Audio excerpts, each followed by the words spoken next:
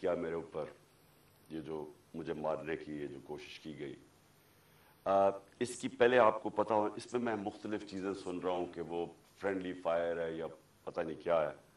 تو میں چاہتا ہوں کہ ڈاکٹر فیصل آپ کو اسکرین پہ پہلے بتا دیں کہ یہ چوٹیں 4 گولیاں مجھے لگی ہیں کدھر لگی، اس کے بعد پھر میں باقی آپ سے بات کروں گا. ڈاکٹر فیصل. السلام علیکم. میں ایکس رے اور ان کے جو کچھ امیجز ہیں ان کے ذریعے سی ٹی اسکین کے امیجز کے ذریعے بتانے کی کوشش کروں گا کہ جو خان صاحب کو چوٹیں آئی ہیں ان کی کیا نوعیت ہے اور وہ ایکس رے اور اسکین میں کس طرح سے نظر آ رہی ہیں. آپ کو سب سے پہلے تو آپ کی توجہ اس طرف دلاتا ہوں جس کی یہاں لکھا ہے رائٹ تھائی. یہ ایکس ریز ہیں دو، اور یہ دونوں جو ہیں یہ دائیں ٹانگ کے ہیں. ٹانگ کا جو اوپر والا حصہ ہوتا ہے یہ سائڈ سے ہے جس کو لیٹرل ویو بولتے ہیں، اور یہ سامنے سے ہے. آپ دیکھ سکتے ہیں کہ یہاں 2 1 اور 2 اور یہ وہی 2 آپ کو 1 اور 2 سامنے سے نظر آ رہے ہیں ٹکڑے یا گولیاں جو ہیں. یہ اگر ہم پھر ٹانگ کے نچلے حصے پہ چلیں تو آپ کو 2 علاوہ اس کے ٹکڑے اور گولیاں نظر آ رہی ہیں، ایک یہ اور ایک یہ دوسری والی. اور آپ نوٹ کریں گے یہ جو دوسرا ہے اس نے ٹبیا کو، یہ جو ہڈی ہے ٹانگ کی نچلی جو اس کو ٹبیا بولتے ہیں، اس کے اوپر اس نے یہاں سے ڈیمیج کیا. اور جب آپ سائیڈ ویو دیکھیں تو واضح طور پہ نظر آتا ہے کہ جہاں اس نے فریکچر کاز کیا ہے یعنی ہڈی کا ٹکڑا اکھیڑا ہے اس سے. پھر یہ جو ہے یہ بائیں سائیڈ ہے، لیفٹ تھائی کے ایکس ریز ہیں. یہاں بھی آپ نوٹ کریں گے کہ یہ چھوٹے چھوٹے کچھ ٹکڑے ہیں جو ایک بلکہ جو پٹالا یہ جو چھوٹی ہڈی ہوتی ہے سامنے گھٹنے کے اس کے بھی ساتھ ہے. یہ نسبتاً چھوٹے تھے اور انہوں نے شکر ہے بائیں سائیڈ کے اوپر کوئی فریکچر کاز نہیں کیا. اچھا، اس کے علاوہ جو ہم آپ کو دکھانا چاہتے ہیں وہ یہ کہ یہ پھر سے دائیں ٹانگ نظر آ رہی ہے اور یہ جو بلٹ ہے یا جو اس کا فریگمنٹ ہے اس کے ساتھ یہ فریکچر ہوا واضح طور کے اوپر نظر آ رہا ہے. یہ دائیں سائیڈ. اچھا، اسی طرح میں جو بہت اہم بات ہے آپ کو دکھانا چاہتا ہوں وہ یہ کہ اس اسکین کے اندر یہ جو آپ کو یہ دائیں ٹانگ ہے اور یہ جو لکیر نظر آ رہی ہے یہ یوں چلتی ہوئی یہ والی، یہ دائیں سائیڈ کی مین جو آرٹری ہوتی ہے شریان ہے یہ وہ ہے. اور اس کے آپ دیکھ سکتے ہیں کہ ادھر اور اس کے بالکل قریب دوسری طرف جو بلٹ کے فریگمنٹس ہیں وہ نظر آ رہے ہیں. اس سے واضح ہوتا ہے کہ یہ جو ہماری مین آرٹری گزر رہی ہوتی ہے شریان گزر رہی ہوتی ہے اس کے کتنے قریب یہ ٹکڑے موجود ہیں. ایکسپلین تو کریں نا. اس کا یہ جو بڑی شریان ہوتی ہے ٹانگ کی، ظاہر ہے اس نے پوری ٹانگ کو بلڈ سپلائی کرنی ہوتی ہے، اس کے ذریعے بہت سارا خون جاتا ہے اور خدا نہ خواستہ اگر اس شریان کو کوئی انجری ہو یا یہ کٹ جائے تو پھر بہت تیزی سے بلیڈنگ ہوتی ہے. اور آپ کو میں نے دکھایا بڑا واضح طور پہ صاف نظر آ رہا ہے کہ یہ اس شریان اس آرٹری کے کتنا قریب یہ ٹکڑے موجود تھے. ان کو نکال دیا گیا سرجری کے ذریعے دائیں طرف سے، اور 4 فریگمنٹ یا ٹکڑے جو ہیں ادھر سے نکالے جا چکے ہیں اور وہ جسے کہتے ہیں ہمارے پاس موجود ہیں.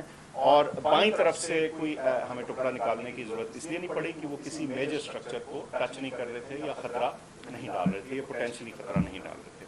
تو یہ جو 4 فریگمنٹ ہیں ان کی تصاویر بھی آپ کو دکھائی ہیں، اسکینز بھی، اور ان کی جو نوعیت ہے اور ان کا خطرے کی نوعیت ہے وہ بھی آپ کے سامنے میں نے رکھی. بہت شکریہ. جی شکریہ. کون سا کیمرہ جس میں نے بات کی؟ اس میں.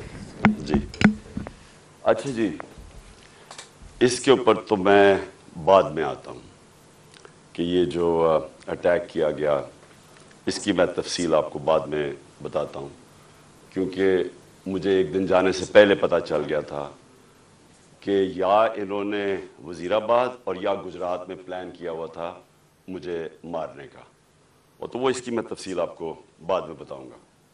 اس سے پہلے میں صرف اپنی قوم کے سامنے ایونٹس رکھنا چاہتا ہوں جو پچھلے 6 مہینے میں ہوئے ہیں. یہ ضرور آپ کو سمجھنا ہے کہ اس قوم سے ہوا کیا ہے. مارچ 6 یا 7 کو مراسلات ہے. ڈونلڈ لو ایک American under secretary of state حکم کرتا ہے پاکستان امبیسڈر کو، بلکہ اس کو دھمکی دیتا ہے کہ اگر عمران خان کو نہ ہٹایا تو پاکستان کو مشکلات کا سامنا کرنا پڑے گا، اور اگر ہٹا دیا تو سب کچھ ٹھیک ہو جائے گا. اور اگلے دن اور نو کانفیڈنس موشن، عدم اعتماد کی تحریک جمع کروائی جاتی ہے اسمبلی میں، اور دیکھتے دیکھتے سارے ہمارے لوگ، ایک منڈی لگتی ہے سندھ ہاؤس میں، اور لوگ بیٹھنا شروع ہو جاتے ہیں. یہ یاد رکھیں کہ گورنمنٹ کبھی ہارتی نہیں ہے نو کانفیڈنس. وہ کیوں نہیں ہارتی؟ کیونکہ گورنمنٹ کے پاس گورنمنٹ کے وسائل ہوتے ہیں. ہمارے پاس گورنمنٹ کا پیسہ ہوتا ہے. ہم چاہتے تو منڈی لگی ہوئی تھی نا، وہ 20 کروڑ 25 کروڑ آفر کر رہے تھے، ہم زیادہ پیسے دے دیتے. گورنمنٹ کا پیسہ تھا جو پہلے ہوتا رہا ہے. اور یہ جو پیسہ انہوں نے استعمال کیا، یہ بھی چوری کا پیسہ تھا. یہ کوئی ڈکلیئرڈ پیسہ تو نہیں تھا، یہ بلیک کا پیسہ تھا، یا انہوں نے سندھ گورنمنٹ کا پیسہ خرچ کیا. تو انہوں نے خرید لیے لوگ. ہم نے پرنسپل فیصلہ کیا کہ ہم اس آکشن کے اندر حصہ نہیں لیں گے، کیونکہ اگر ہم گورنمنٹ کا پیسہ استعمال کرتے ہیں تو ہم لوگوں کا پیسہ، عوام کا پیسہ چوری کرتے ہیں، جو عوام کی ان کا حق ہے. گورنمنٹ گر جاتی ہے. سارے سمجھتے ہیں کہ جناب اب تحریک انصاف کی قبر کھد گئی ہے، عمران خان ہمیشہ کے لیے گیا اور مٹھائیاں بٹے گی. لیکن پاکستانی قوم وہ کرتی ہے جو اس نے کبھی پہلے کیا ہی نہیں. تو 10 تاریخ کو، اور میں آپ کو خود کہہ رہا ہوں 10 اپریل کو، میں خود ہی حیران کہ جو شام کو سینز دیکھے، جو لوگ سڑکوں کے اوپر آئے، جس طرح لوگ نکلے. میں بشرا بیگم کے ساتھ بیٹھا تھا تو ہم خود حیران رہ گئے کہ یہ ہوا کیا ہے. ہوا یہ کہ یہاں 90 کی دہائی میں 2 حکومتیں کرپشن میں نکالی گئی. جب وہ کرپشن میں جاتی تھی اور اسٹیبلشمنٹ نکالتی تھی، لوگ مٹھائیاں بانٹتے تھے. پھر جنرل مشرف آ گیا، 2 دفعہ کرپشن میں ان گورنمنٹس کو نہ کہ وہ خود اس نے مارشل لاء لگا دیا. لوگوں نے مٹھائیاں بانٹی، لوگ ان کی کرپشن سے تنگ تھے، ان 2 جماعتوں کی. اس کے بعد جنرل مشرف نے ان کو NRO دے دیا، وہ واپس آ گئے. فیصلہ جنرل مشرف نے کیا NRO دینے کا، جب اس کے پاس رائٹ ہی نہیں تھا کہ عوام کا پیسہ چوری. کرپشن کا مطلب ہوتا ہے عوام کا پیسہ چوری ہونا. تو عوام کا پیسہ چوری ہوگا اور جنرل مشرف معاف کر دیتا ہے ان کو. وہ آ جاتے ہیں اور 10 سال 4 گنا پاکستان کا قرضہ بڑھتا ہے. کرپشن کیسز انہی دوروں میں ان کے بنتے ہیں. یہ جو اب NRO لے رہے ہیں 2، یہ 95% کرپشن کیسز اس 10 سال کے بنے ہوئے تھے. 4 گنا پاکستان کا قرضہ بڑھ جاتا ہے. مجھے لوگ ووٹ دیتے ہیں اس لیے کہ لوگ ان سے تنگ تھے. اور اس کے بعد وہی اسٹیبلشمنٹ فیصلہ کرتی ہے کہ اب چینج کی وقت آ گیا، اور وہ ان کو واپس لے آتی ہے. اور یہی کانسپریسی ہوتی ہے باہر، ایک بیرونی کانسپریسی اندر، اور یہ فیصلہ ہو جاتا ہے. کہتے ہیں جی ہم نیوٹرل ہو گئے ہیں. نیوٹرل کا کوئی بھی مطلب لے لیں، مطلب تو یہ ہے کہ انہوں نے پتا تھا کہ سازش ہو رہی ہے، راستہ نہیں روکا. یہ آ جاتے ہیں. اب ہوتا کیا ہے، اسٹیبلشمنٹ کو اس ملک میں عادت پڑ گئی تھی کہ جدھر وہ لوگوں کو دھکیلیں گے لوگ ادھر چلے جائیں گے. جب وہ چینجز لے کے آتے ہیں مٹھائیاں بڑھتی ہیں. اسٹیبلشمنٹ کو یہ عادت تھی. ان کو ایک دھچکا پڑا کہ اس باری پاکستانی قوم نے فیصلہ کیا کہ نہیں، یہ جو 30 سال سے ملک کو چوری کر رہے ہیں، ہم ان کے ساتھ نہیں جانا چاہتے. اور اس لیے وہ پبلک سڑکوں پہ آ گئی. میں نے عوام سے میں اٹھا ہوا ہوں. میں نے تو کوئی کسی ملٹری اسٹیبلشمنٹ کے اندر میری پارٹی تو نہیں بنی تھی، جس طرح نواز شریف بنا تھا یا جس طرح ذوالفقار علی بھٹو بنا تھا. میں تو 22 سال سٹرگل کر کے عوام سے اوپر آیا تھا. تو میں نے تو عوام میں واپس جانا تھا. اور عوام نے جس طرح میں اب کیا کہوں، میری پذیرائی کی، جس طرح انہوں نے میری حوصلہ افزائی کی، میں تو خود ہی اس پہ بھی حیران رہ گیا. گرمی کی انتہا. یعنی اس باری اپریل اور مئی، دنیا میں کہتے ہیں کہ پاکستان سب سے گرم ملک تھا، اتنی گرمی تھی. اور ایک سے ایک بڑا جلسہ پبلک نے آنا شروع ہو گیا. ہم نے ایک لانگ مارچ اناؤنس کی 25 مئی کو. جب ہم نے لانگ مارچ اناؤنس کی تو انہوں نے 3 لانگ مارچز ہمارے خلاف کی. ہم نے سمجھا کہ آئین اور قانون ہمیں اجازت دیتا ہے، ہم نے ان کو کہیں روکا نہیں تھا، ہم نے ان کو اجازت دے دی، تو یہ بھی ہمیں آنے دیں گے. انہوں نے جو تشدد کیا، جو لوگوں کے گھروں میں 2 دن پہلے راتوں کے 3 بجے جا کے انہوں نے جس طرح کا تشدد کیا،